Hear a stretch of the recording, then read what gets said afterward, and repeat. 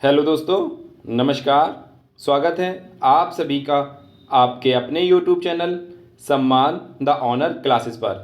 दोस्तों, इस वीडियो में भारतीय संविधान के 25 अत्यंत ही महत्वपूर्ण प्रश्नों को शामिल किया गया है, जो कि आपकी आगामी किसी भी परीक्षा के लिए उपयोगी प्रश्न रहेंगे। वीडियो की शुरुआत करने से पहले मेरा आपसे निवेदन है, कृपया वीडियो को लाइक करें। अगर चैनल पर नए हों तो कृपया चैनल को सब्सक्राइब करें, बेल आइकन को ऑन कर लें, जिससे कि आने वाले हमारे वीडियो के नोटिफिकेशन आपको टाइम टू टाइम मिलते रहें।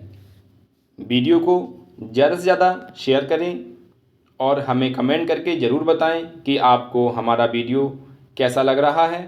तो चलिए दोस्तों, देर ना करते हुए शुरुआत करते हैं और चलते हैं अपने पहले प्रश्न पर। तो हमारा पहला प्रश्न है, भारतीय संविधान सभा में कुल महिला सदस्यों की संख्या कितनी थी? तो भारतीय संविधान सभा में कुल महिला सदस्यों की संख्या 15 थी। इस सवाल का ऑप्शन बी सही जवाब है। भारतीय संविधान सभा में कुल महिला सदस्यों की संख्या 15 थी। अगला सवाल है, न्यायालय के किसी न्यायाधीश के विरुद्ध शिकायत करने का अधिकार किसे है? तो न्यायालय के किसी न्यायाधीश के विरुद्ध शिकायत करने का अधिकार मुख्य न्यायाधीश को होता है। इस सवाल का सही जवाब ऑप्शन नंबर सी है। अगला सवाल है, संघ और राज्य क्षेत्र संविधान के किस भाग में वर्णित हैं? संविधान के किस भाग में वर्णित हैं संघ और उसके राज्य क्षेत्र? तो इसका सही जवाब है ऑप्शन नंबर ए, भाग 8 में। भाग 8 में संघ और राज्य क्षेत्र संविधान में वर्णित किए गए हैं। अगला सवाल है, संविधान के किस अनुच्छेद में भारत को भारत अर्थात इंडिया कहकर संबोधित किया गया है? तो भारत को भारत अर्थात इंडिया कहकर भारतीय संविधान के अनुच्छेद 1 में संबोधित किया गया है। तो इस सवाल का सही जवाब ऑप्शन नंबर सी, अनुच्छेद 1 में भारत को भारत अर्थात इंडिया कहकर संबोधित किया गया है। अगला सवाल है, पदों में समानता का अधिकार संविधान के किस अनुच्छेद में वर्णित है? तो पदों में समानता का अधिकार संविधान के अनुच्छेद 16 में वर्णित किया गया है। इस सवाल का ऑप्शन डी करेक्ट जवाब है। अगला सवाल है, स्वतंत्र भारत के पहले वित्त मंत्री कौन थे? तो षणमुखम चेट्टी, आर के षणमुखम चेट्टी स्वतंत्र भारत के पहले वित्त मंत्री थे। इस सवाल का सही जवाब ऑप्शन नंबर बी। अगला सवाल है, भारतीय संविधान में अवशिष्ट शक्तियों का विचार किस देश के संविधान से लिया गया है? तो भारतीय संविधान में अवशिष्ट शक्तियों का विचार कनाडा के संविधान से लिया गया है। इस सवाल का ऑप्शन ए सही जवाब है। कनाडा के संविधान से अवशिष्ट शक्तियों का विचार लिया गया है। अगला सवाल है, तदर्थ झंडा समिति के अध्यक्ष कौन थे? तदर्थ झंडा समिति के अध्यक्ष कौन थे? तो ये थे डॉक्टर राजेंद्र प्रसाद। डॉक्टर राजेंद्र प्रसाद तदर्थ झंडा समिति के अध्यक्ष थे। तदर्थ झंडा समिति यानी कि एडहॉक फ्लैग कमीशन के अध्यक्ष डॉक्टर राजेंद्र प्रसाद थे। अगला सवाल है, इनमें से कौन सा क्षेत्र संविधान सभा में चीफ कमिश्नरी क्षेत्र के अंतर्गत नहीं था? तो इनमें से कोलकाता संविधान सभा में चीफ कमिश्नरी क्षेत्र के अंतर्गत नहीं था, जबकि अजमेर, दिल्ली और बलूचिस्तान संविधान सभा में चीफ कमिश्नरी क्षेत्र की तरफ से शामिल किए गए थे। अगला सवाल है, किस अनुच्छेद के तहत राज्य के नीति निर्देशक तत्व न्यायालय में बाध्य योग्य नहीं है? तो इसका सही जवाब है ऑप्शन नंबर बी, अनुच्छेद 37।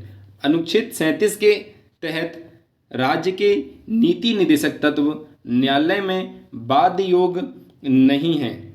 अगला सवाल है, लोकसभा का 17वां तथा विघटन कौन कर सकता है?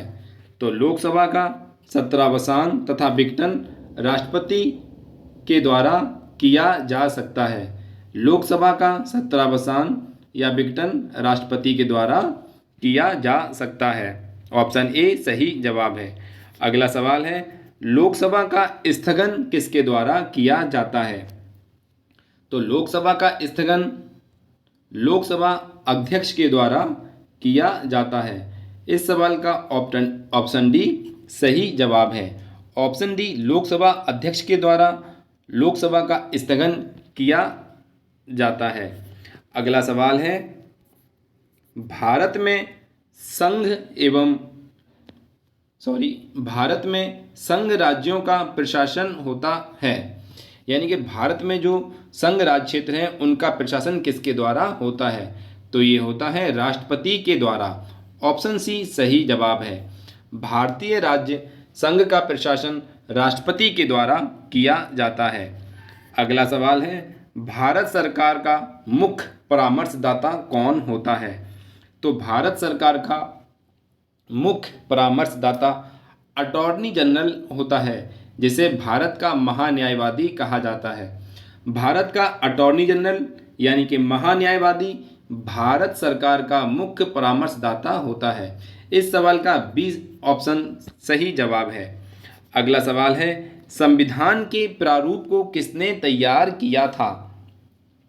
तो संविधान के प्रारूप को किसके द्वारा तैयार किया गया था?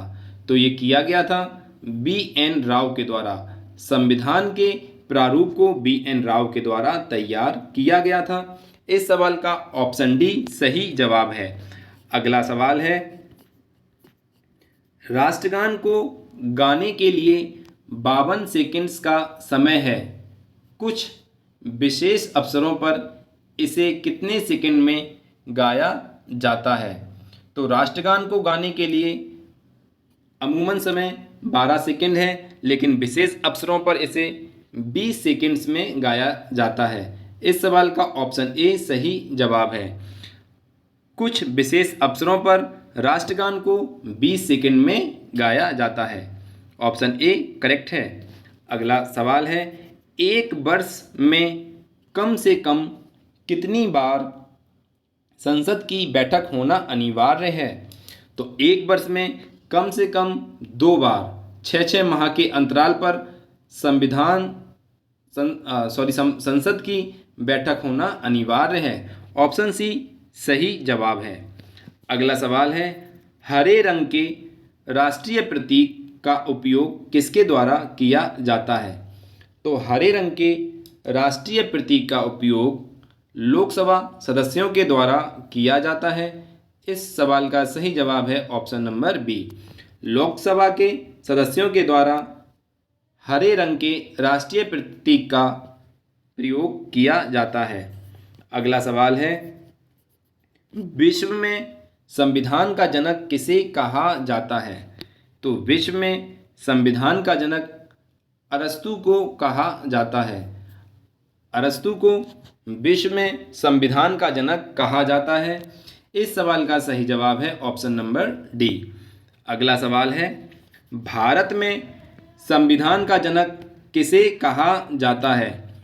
तो भारत में संविधान का जनक डॉक्टर वी.आर. अंबेडकर को कहा जाता है। इस सवाल का सही जवाब है option number C. Option number C, V R. Ambedkar को भारत में संविधान का जनक कहा जाता है। अगला सवाल है, आधुनिक लिखित संविधान का जनक किस देश को कहा जाता है? तो आधुनिक लिखित संविधान का जनक अमेरिका को कहा जाता है। इस सवाल का ऑप्शन ए सही जवाब है। अमेरिका को आधुनिक लिखित संविधान का जनक कहा जाता है। अगला सवाल है, अंतरिम सरकार का अध्यक्ष कौन था? तो अंतरिम सरकार का अध्यक्ष लॉर्ड बिबिल था। लॉर्ड बिबिल अंतरिम सरकार का अध्यक्ष था। इस सवाल का सही जवाब है option number B, Lord Wavell. Lord Wavell अंतरिम सरकार का अध्यक्ष था। अगला सवाल है, भारत की स्वतंत्रता के समय इंग्लैंड में किस पार्टी की सरकार थी? तो भारत में स्वतंत्रता के समय इंग्लैंड में लेबर पार्टी की सरकार थी। इस सवाल का ऑप्शन सी सही जवाब है। भारत की स्वतंत्रता के समय इंग्लैंड में लेबर पार्टी की सरकार थी। अगला सवाल है, संविधान के किस अनुच्छेद के तहत उपराष्ट्रपति राज्यसभा के पदेन सभापति होते हैं? तो संविधान के अनुच्छेद 64 के तहत उपराष्ट्रपति राज्यसभा के पदेन सभापति होते हैं। इस सवाल का सही जवाब है ऑप्शन नंबर डी, अनुच्छेद 64। अनुच्छेद 64 के तहत उपराष्ट्रपति राज्यसभा के पदेन सभापति होते हैं।